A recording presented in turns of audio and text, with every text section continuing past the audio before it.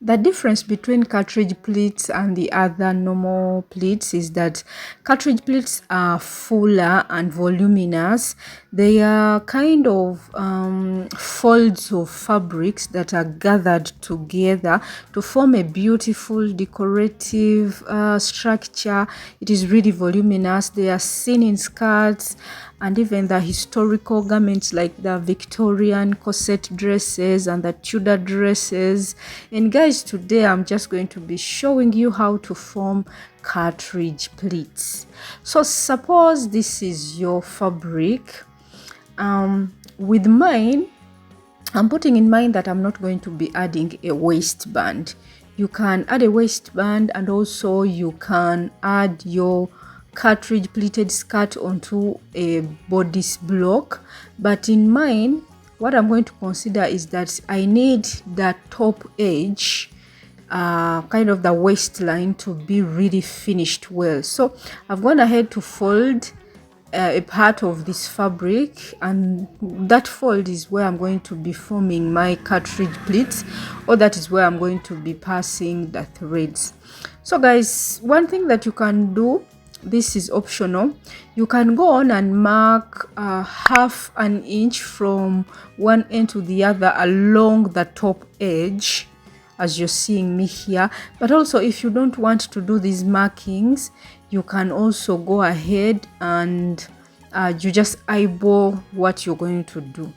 So guys, after you've marked, or if you can eyeball your measurements, one thing you need when you're forming your cartridge pleats is you're going to be needing 2 or more threaded needles. So in this case, I'm going to use 3 threaded needles to form my cartridge pleats. The thread should be at least the size of the length of your fabric. But if it is a very big, if your length is really large, please consider making the cartridge pleats in parts, because guys, it can be really tasky. So now guys, what I'm going to do is I'm going to be forming running stitches at the top edge.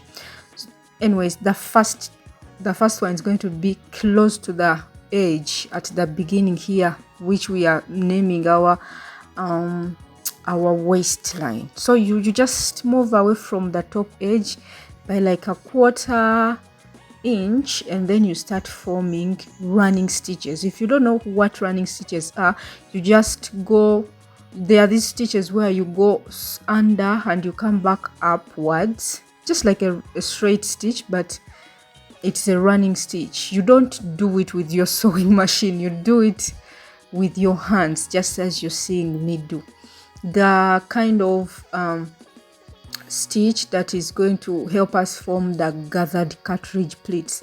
So guys, this is what I'm making at the top edge of my fabric. So I'm going to be I'm going to be forming this running stitch. So I go under, then come back upwards.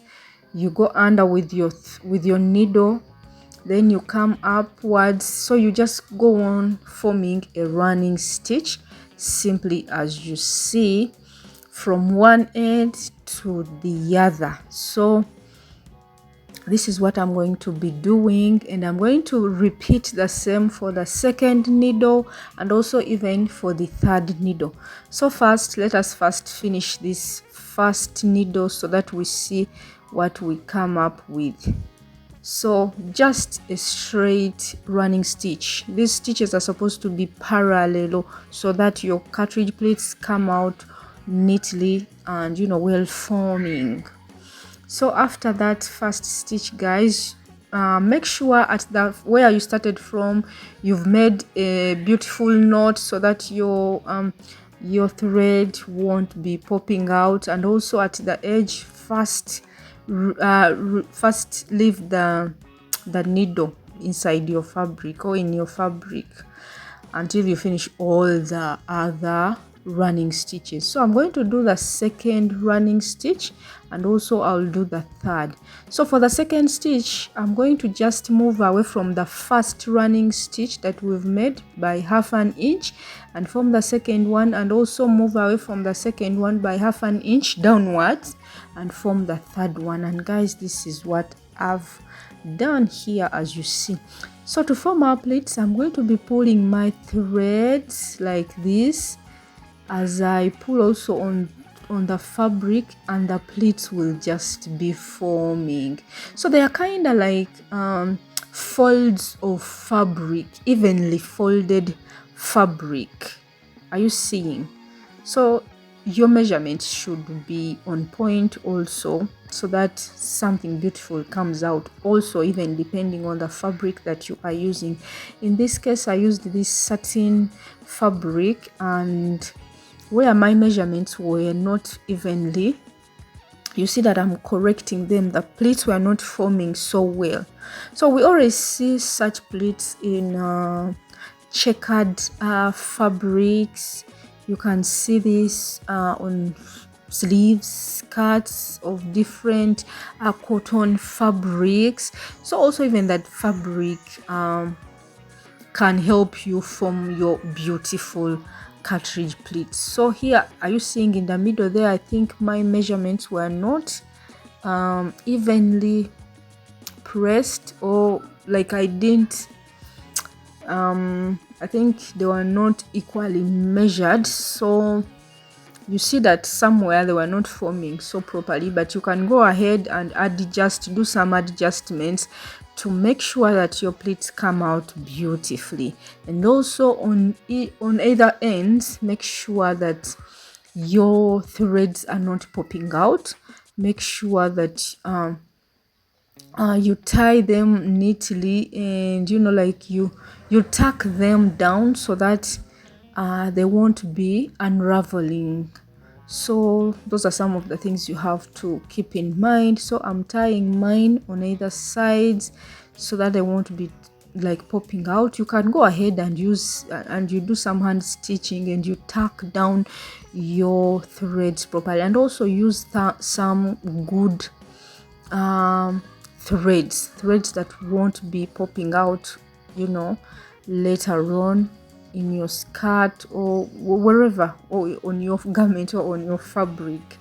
So guys, that is simply how to make cartridge pleats, and I'm going to be showing you how beautiful it can look like, maybe on a skirt, or like if it is maybe on the sleeves.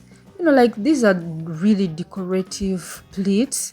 It's like they are decorative gathers. You know how to form gathers, so these are also like decorative skirts. So you can just go ahead and like join the sides and add a zipper, and your skirt will be beautifully formed. Are you seeing how beautiful on top here they look like? They are like folds of fabric that are gathered together.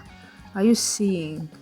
So they are really full, really structured. They form a beautiful rounded shape when it comes to your skirts. They you don't iron them flat, guys. These ones stand alone, just like they are standing away from your body, and they form a slightly puffed look.